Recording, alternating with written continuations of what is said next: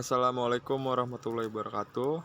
Kami dari kelompok 1 yang beranggotakan 4 orang, yaitu saya Garendik Sananda, Reni Kurniawati, Wiwit Arif Prasojo, dan Yesi Parenisa.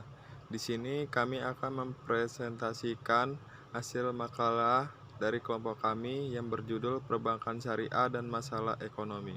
Masalah ekonomi. Masalah ekonomi adalah masalah yang sering terjadi dalam kehidupan sehari-hari, baik masalah dalam jual beli, tawar-menawar, ataupun ekspor-impor.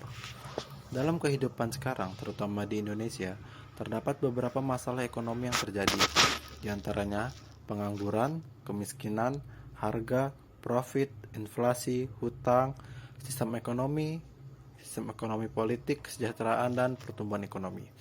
Inti dari masalah ekonomi adalah adanya ketidakseimbangan antara kebutuhan manusia yang tidak terbatas dengan alat pemuas kebutuhan yang terbatas.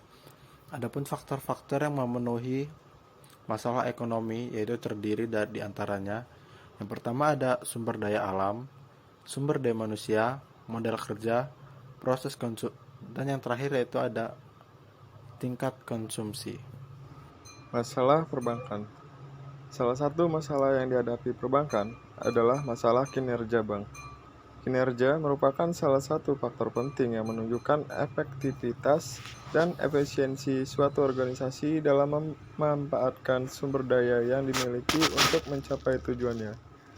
Kinerja bank yang sehat sangat diperlukan untuk kelancaran fungsi bank sebagai lembaga intermediari atau perantara, yakni menyalurkan dana dari pihak debitur kepada pihak kreditur. Masalah lain yang dapat timbul dalam kegiatan perbankan adalah masalah kredit. Pendistribusian uang dari pihak bank kepada nasabah adalah berupa kredit. Jika kredit tersebut tidak atau belum bisa terbayarkan secara normal, maka akan menimbulkan kredit macet atau bermasalah. Kredit yang bermasalah seringkali menuntut pihak bank untuk siap dalam menanggulanginya. Maka, bank haruslah memiliki sumber dana dan cadangan yang cukup banyak guna memenuhi kebutuhan akan pinjaman dari kreditur.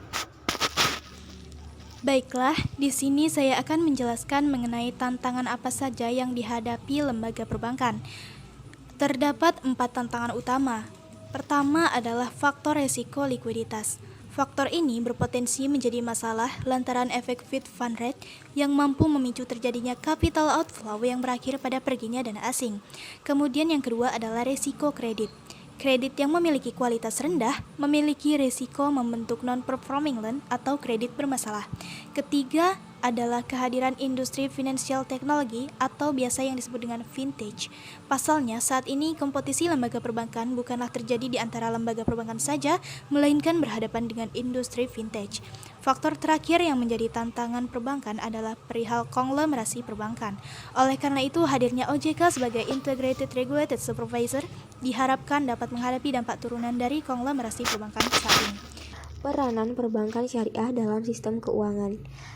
Yang pertama yaitu bank sebagai lembaga keuangan berperan sebagai lembaga transmisi untuk memperlancar pertukaran barang dan jasa dengan menggunakan uang dan instrumen kredit sebagai alat pembayarannya. Dengan kata lain, bank dapat menciptakan kredit dengan cara menciptakan deposito yang sewaktu-waktu dapat dan boleh diluangkan dari kelebihan cadangannya. Dan dengan cara inilah, bank dikatakan telah menciptakan uang dan mengedarkannya di masyarakat. Yang kedua, bank sebagai lembaga keuangan berperan sebagai lembaga intermediasi, yaitu dengan menghimpun dana dari masyarakat yang kelebihan dana dalam bentuk tabungan dan deposito, dan menyalurkannya kepada pihak yang membutuhkan dana tersebut, terutama sektor industri, dalam bentuk pinjaman untuk dipakai dalam kegiatan produksi dan investasi, sehingga diharapkan dapat meningkatkan produktivitas dan keuntungan. Dengan demikian, dapat membantu meningkatkan pendapatan dan kekayaan masyarakat melalui kegiatan ekonomi. Ketiga, berperan memberikan jaminan hukum dan keamanan uang masyarakat yang dipercayakan kepada bank tersebut. Misalnya, menghindari risiko hilang, jaminan berupa kemampuan bank tersebut untuk membayar kepada nasabah penabung yang akan mencairkan dana tabungannya, termasuk jaminan bahwa bank akan mengembalikan dana masyarakat yang disimpan pada waktu jatuh tempo. Adapun tujuan berdirinya perbankan syariah di Indonesia yaitu pertama, mengarahkan kegiatan ekonomi umat yang bermuamalah secara Islam agar terhindar dari unsur riba dan gharar atau tipuan sehingga merugikan masyarakat. Kedua, menciptakan keadilan di bidang ekonomi dengan meratakan pendapat melalui kegiatan investasi agar tidak terjadi kesenjangan. Ketiga, meningkatkan kualitas hidup masyarakat dengan membuka peluang usaha untuk meningkatkan sektor perekonomian Indonesia.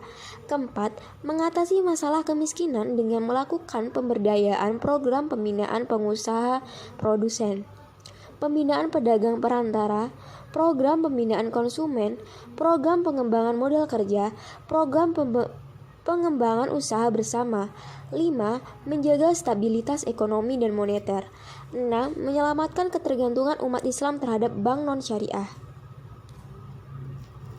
Sekian presentasi makalah dari kelompok kami. Terima kasih. Wassalamualaikum warahmatullahi wabarakatuh.